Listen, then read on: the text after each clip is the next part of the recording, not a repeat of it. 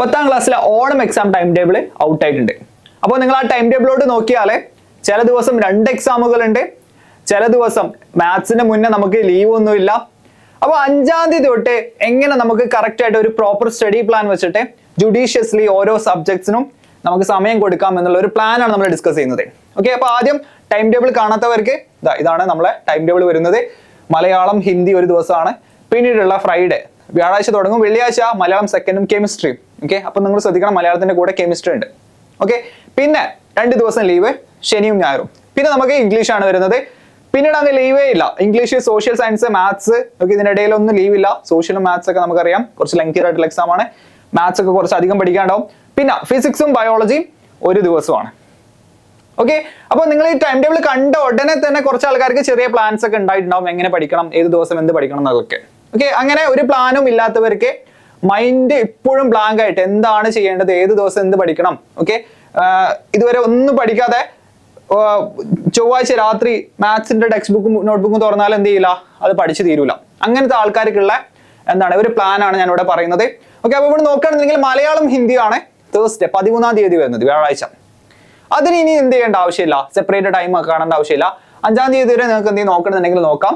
Okay, ഇത് languages ആണ്, നിങ്ങളുടെ ലാംഗ്വേജിലുള്ള എബിലിറ്റി ടെസ്റ്റ് ചെയ്യുന്നതാണ്. നിങ്ങൾ ക്ലാസ്സിൽ കേട്ടതും ആ കഥയും കവിതയൊക്കെയാണ് യൂസ് ചെയ്യുന്നത് അല്ലേ. പിന്നെ നിങ്ങളുടെ ഡയറീന്റെ ഫോമാറ്റ്, ഓക്കെ, അതുപോലെ കോൺവെർസേഷൻ, അങ്ങനത്തെ കാര്യങ്ങളൊക്കെയാണ് വരുന്നത്. ഓക്കെ, അല്ലെങ്കിൽ കുറിപ്പ്, ഓക്കെ, ആ കാര്യങ്ങളൊക്കെ. ഓക്കെ, അപ്പോൾ ഫസ്റ്റ് ലാംഗ്വേജും ഹിന്ദിയും അത് നിങ്ങൾ എന്ത് ചെയ്യുക, തലേന്ന് പഠിക്കാം. തേഴ്സ്ഡേന്റെ തലേന്ന് പറഞ്ഞാൽ ബുധനാഴ്ച രാത്രിയും സ്കൂൾ വിട്ടെന്നൊക്കെ പഠിച്ച് തീർക്കാവുന്നേ ഉള്ളൂ. ഗ്രാമറൊക്കെ ഒന്ന് അനലൈസ് ചെയ്യാനും ആ ഫോർമാറ്റുകളൊക്കെ ഒന്ന് നോക്കാനൊക്കെ ഉണ്ടാവുള്ളൂ അല്ലെ, ഡയറീന്റെ ഫോമാറ്റ്. ഓക്കെ, അതൊക്കെ ഉണ്ടാവുള്ളൂ. ഇനി ഫ്രൈഡേയിലോട്ട് വരുമ്പോൾ നമുക്ക് മലയാളം സെക്കൻഡ് ഉണ്ട്, കെമിസ്ട്രി ഉണ്ട്. മലയാളം സെക്കൻഡ് അധികം സമയം വേണ്ടി വരില്ല. നിങ്ങൾ അത് എന്ത് ചെയ്യുക, തേഴ്സ്ഡേ എക്സാം കഴിഞ്ഞ് വന്നിട്ട് കുറച്ച് സമയം ഇരിക്കുക, അത്രയും മതിയാവും. ഓക്കെ, അത് കഴിഞ്ഞിട്ട് നിങ്ങൾ കെമിസ്ട്രിക്ക് സമയം കൊടുക്കണം. ഓക്കെ, പക്ഷെ കെമിസ്ട്രി അന്ന് മാത്രം പഠിച്ചാൽ പോരാ. കെമിസ്ട്രിക്ക് ഞാൻ വേറൊരു സമയം ഇട്ടിട്ടുണ്ട്. സാറ്റർഡേ ഓഗസ്റ്റ് 8ാം തീയതി ശനിയാഴ്ച, അതായത് എക്സാം വീക്കിന്റെ മുന്നേ ഉള്ള വീക്ക് ശനിയാഴ്ച കെമിസ്ട്രി പഠിക്കണം.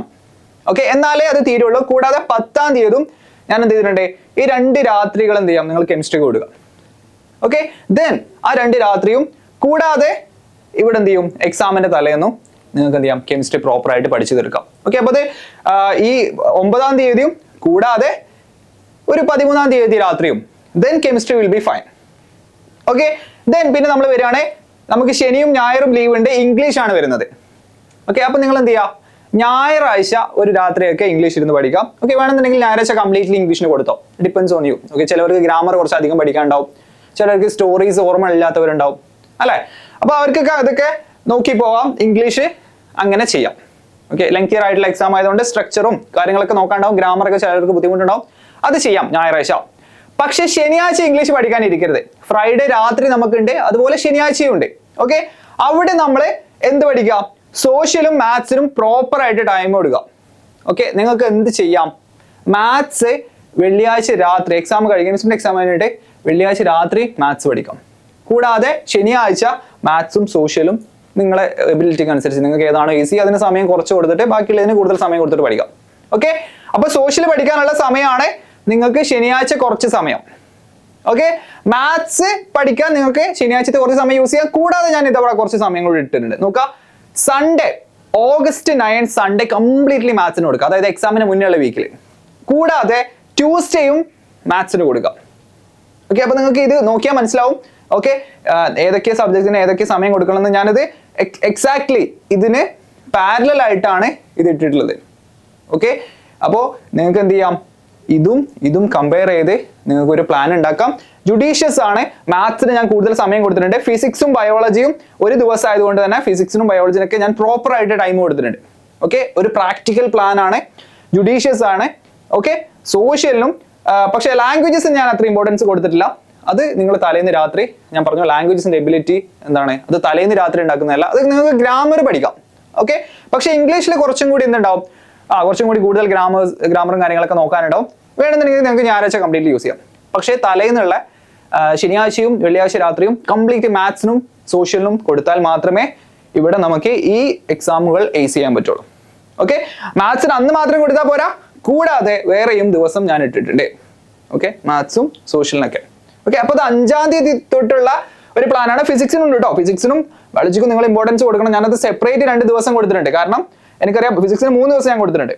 ഓക്കെ, അപ്പോൾ എനിക്കറിയാം, കാരണം ഫിസിക്സ് നമുക്ക് ന്യൂമറിക്കലൊക്കെ പഠിക്കാനുണ്ട്. സോ സ്വാഭാവികമായിട്ടും ഫിസിക്സും ബയോളജി ഒരുമിച്ച് പഠിക്കല് തലേന്ന് നടക്കൂല, നമുക്കൊന്ന് മറിച്ച് നോക്കാനേ ടൈം ഉണ്ടാവുള്ളൂ.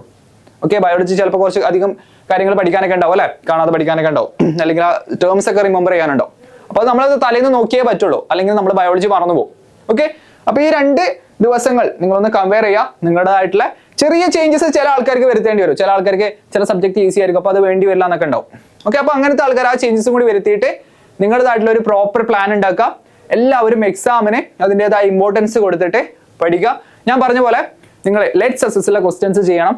ഓക്കെ, അതുപോലെ നിങ്ങൾ എന്ത് ചെയ്യാം, മുൻ വർഷങ്ങളിലൊക്കെ ഓണം എക്സാമിന് ചോദിച്ചിട്ടുള്ള ക്വസ്റ്റ്യൻസ് നിങ്ങൾക്ക് ചെയ്തു നോക്കാം. ഓക്കെ, ഇതൊക്കെ തന്നെയാണ് കൂടുതലും വരാറുള്ളത്. അത് പ്രാക്ടീസ് ചെയ്ത് പോയാൽ തന്നെ നിങ്ങൾക്ക് A+ലോട്ട് എത്താമെന്നുള്ളതാണ്. ഓക്കെ, അപ്പോൾ എല്ലാവരും എക്സാം നന്നായിട്ട് എഴുതുക. ഓക്കെ, പ്രോപ്പർ പ്ലാൻ വെച്ചിട്ട് എഴുതുക. 5-ാം തീയതി തൊട്ടുള്ള പ്ലാനാണ് ഞാൻ ഇവിടെ കൊടുത്തിട്ടുള്ളത്. അപ്പോൾ 5-ാം തീയതി വരെ നിങ്ങൾക്ക് ഇഷ്ടമുള്ള സബ്ജക്ട്സ് പഠിക്കാം, നിങ്ങൾക്ക് വീക്കർ ആണെന്ന് തോന്നുന്ന സബ്ജക്ട്സ് പഠിക്കാം. ഓക്കെ, അത് കഴിഞ്ഞിട്ടുള്ള ദിവസങ്ങളിലുള്ള പ്ലാനാണ് ഞാൻ കൊടുത്തിട്ടുള്ളത്. എല്ലാവരും നന്നായിട്ട് എക്സാം എഴുതാം. ഓക്കെ, ഫുൾ പൊട്ടൻഷ്യൽ കാണിച്ചു കൊടുക്കുക. നിങ്ങൾ 10ാം ക്ലാസ്സിൽ ആദ്യത്തെ എക്സാം ആയിരിക്കും അല്ലെ, യൂണിറ്റ് ടെസ്റ്റ് അല്ലാതെ ഒരു പ്രോപ്പർ എക്സാം നിങ്ങൾ ആദ്യമായിട്ട് എടുക്കുന്നുണ്ടാവുക. ഓക്കെ, അപ്പോൾ നിങ്ങൾ കോൺഫിഡൻസ് ഇത് നന്നായിട്ട് ബൂസ്റ്റ് ചെയ്യും. അപ്പോൾ ഒരു പ്രോപ്പർ പ്ലാൻ ഉണ്ടാക്കിയിട്ട് വേണം നമ്മൾ ഇതിന് പോകാൻ. All the best.